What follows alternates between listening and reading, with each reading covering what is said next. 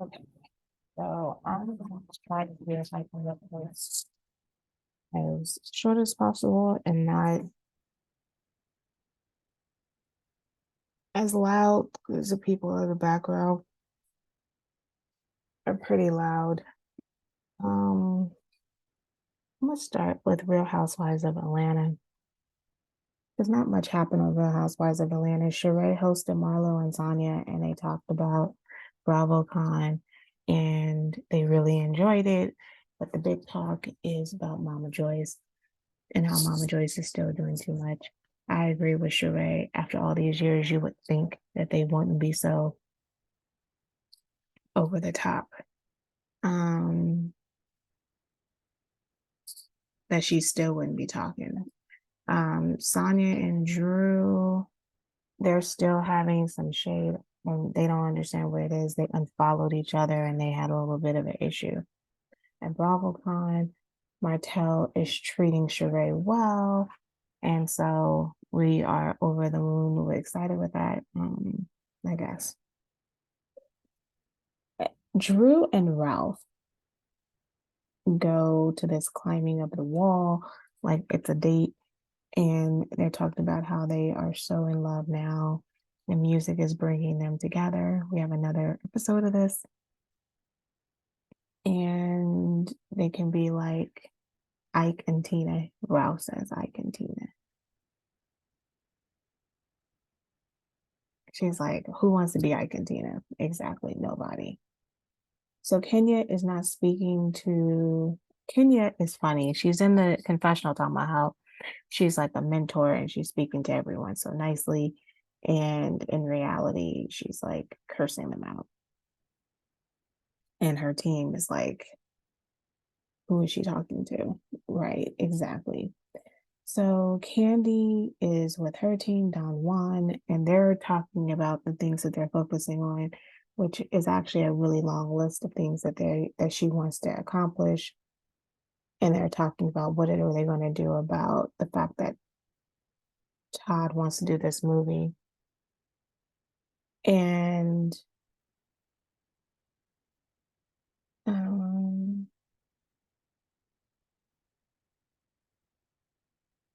Candy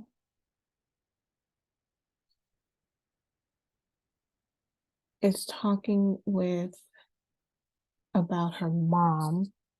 Don Juan brings it up, and honestly, or they bring up BravoCon, and um it's a mess. She's talking her mom talking about she was hoping she can find somebody with a better paying with a good paying job.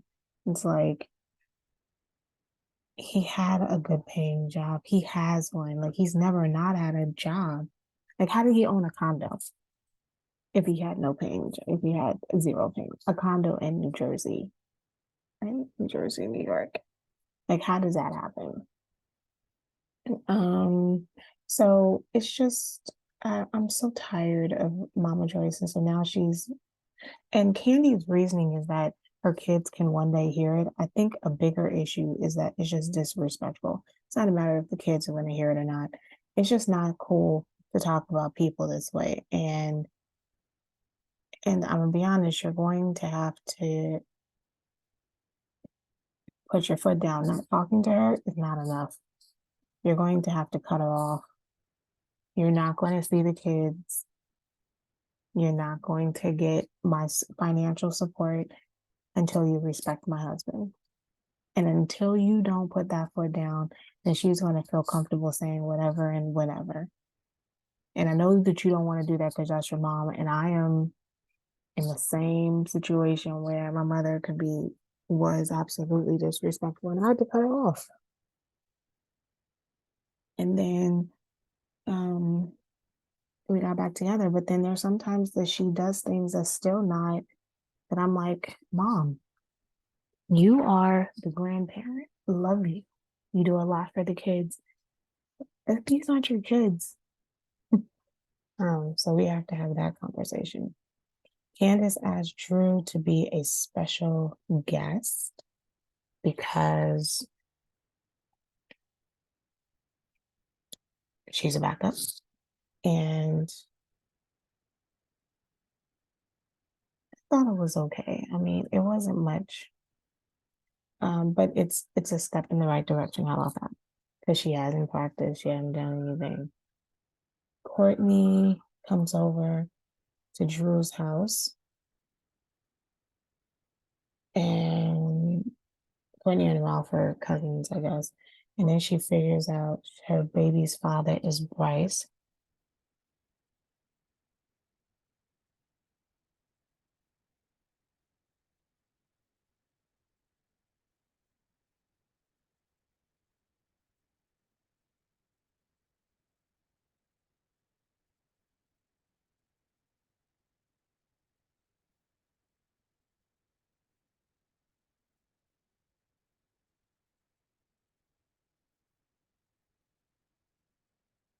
Sorry about this. I'm getting messages about something. Um, who's that? Bryce from Groove Theory. I don't remember them, and I guess I could look them up, but I really don't care. So, um, they feel like it's all kismet and it's meant to be, and they're excited. They're having dinner and they're talking about. I don't have much of an opinion about Courtney. How about that? Everyone goes to Drew's and singing event with Candace, and everyone is there but Sheree. Sheree claims that she's sick. Sonia brings up BravoCon and how she thought that things were squashed with Drew, but then there weren't. And then it comes to find out that they're like it's an olive branch or whatever. I mean, I have no idea what their beef is anyway. So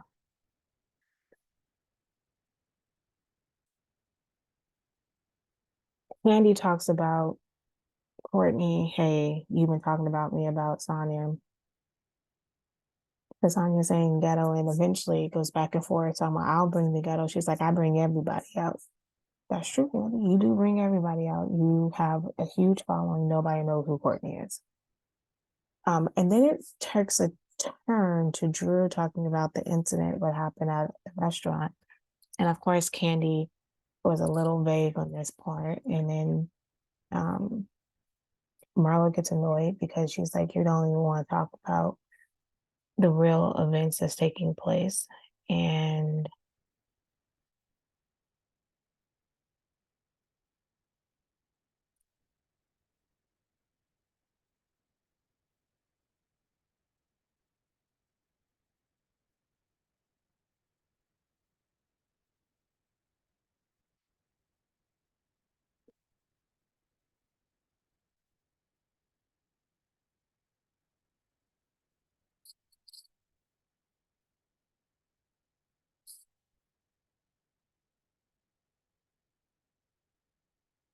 okay, sorry about that.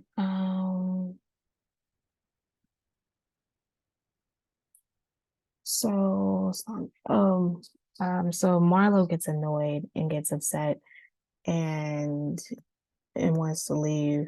And she's like, fine, I'll talk about it. You know, this kind of I'll talk about it, but then we can also talk about you slitting somebody's, face. And she's like, you bringing up something that's 23 years ago. It appears that Marlo is so triggered.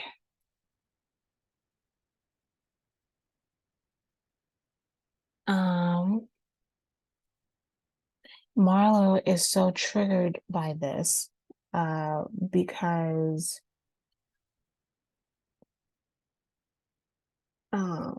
why is she triggered? Marlo is triggered because her nephew used to work for Candy and as a chef, and he was killed by his roommate. They bring back uncut footage of her talking about it, and Marlo felt that she was very unbothered. She was not as emotional about this as she should have been. I can understand where she's coming from.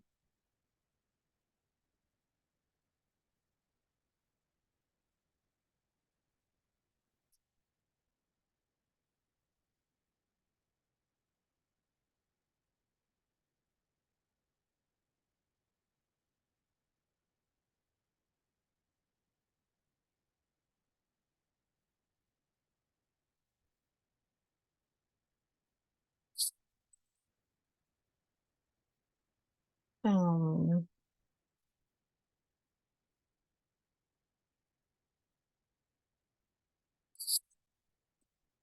so I just think it's really, really sad. And it's really unfortunate. um, because she feels and I don't and she blows up at Drew.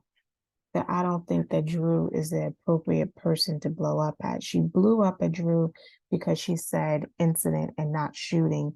And she wants to disregard that Drew knew people in her family that had been according to gun violence. I mean, no shade, but Drew brings up the fact that she's from Chicago.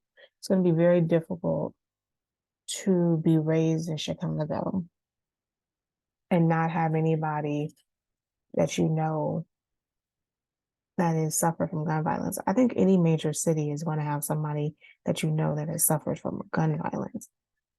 I'm trying to think. I may not have any immediate family that's been suffered from gun violence, but I mean I've known friends. Well, let me take it back.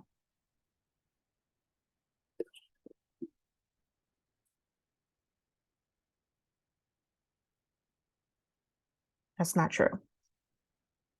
I don't know friends. I know associates, people I may have went to high school with or something.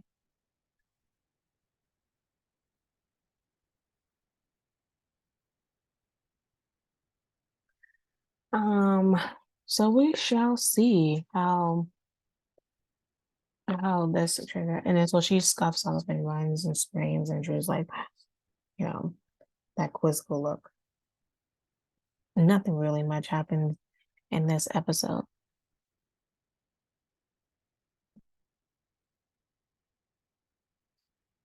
Okay, so have a great rest of your day,